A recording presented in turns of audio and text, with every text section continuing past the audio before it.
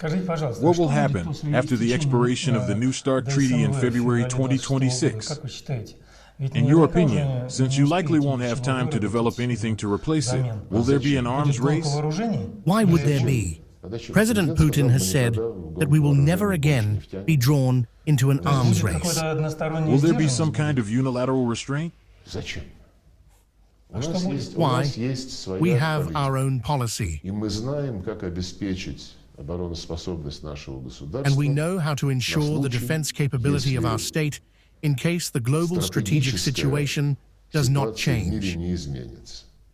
Despite the normalization of relations with the Americans, no one has stopped declaring us an adversary in the doctrinal documents of the US and NATO, and public officials even call us an enemy. This hasn't stopped. You can't just pluck from the New START treaty, just like the UN Charter. Oh, we want to inspect your nuclear facility, and that's territorial integrity. That's not what it says. At the very beginning of the document, it states that we were able to conclude it because we respect each other, stand for equal security, and recognize the interconnection between strategic offensive and defensive systems. This interconnection was long ago broken by the US withdrawal from the Intermediate Range Nuclear Forces Treaty. And before that, they withdrew from the Anti-Ballistic Missile Treaty. Since then, the Americans have been developing missile defense systems, intermediate and shorter range missiles, which they deploy all over the world, in Europe, in Southeast Asia, and along the perimeter of Russia's and China's borders. The Trump administration proposed sitting down in a trio with China on this issue. They haven't offered us anything. We won't propose anything to anyone either, because we are not the ones who dismantled arms control instruments, the New START treaty. The Biden administration abandoned the fundamental principles without which it could not have existed. The Trump administration has not yet returned to these principles, although dialogue on many issues is ongoing.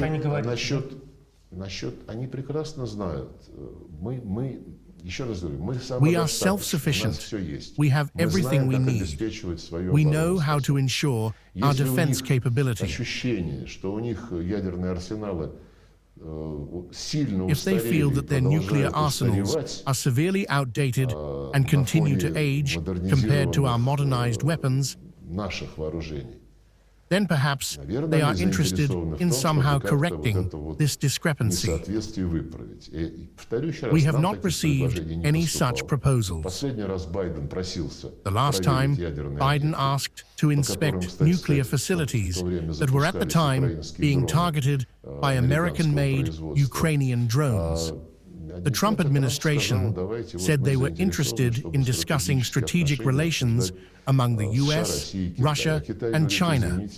China is not interested in this. No bilateral proposals have been made to us.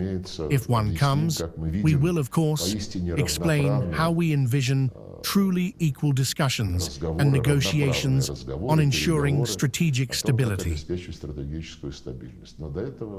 But that is a long way off.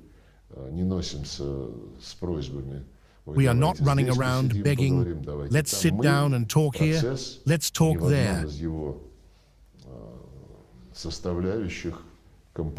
We did not disrupt the process in any of its components: economic, defense, missile defense, INF, and so on. President Putin has repeatedly said that we do not want to impose ourselves. If you don't like talking to us, then we will behave accordingly and draw conclusions. If you want to return, then explain what you want to bring to us, and we will see whether it suits us or not. Now, the Americans proposed a dialogue on the Ukrainian crisis. We are talking, explaining our position. Similarly, they propose talks on normalizing embassy operations. We are for it.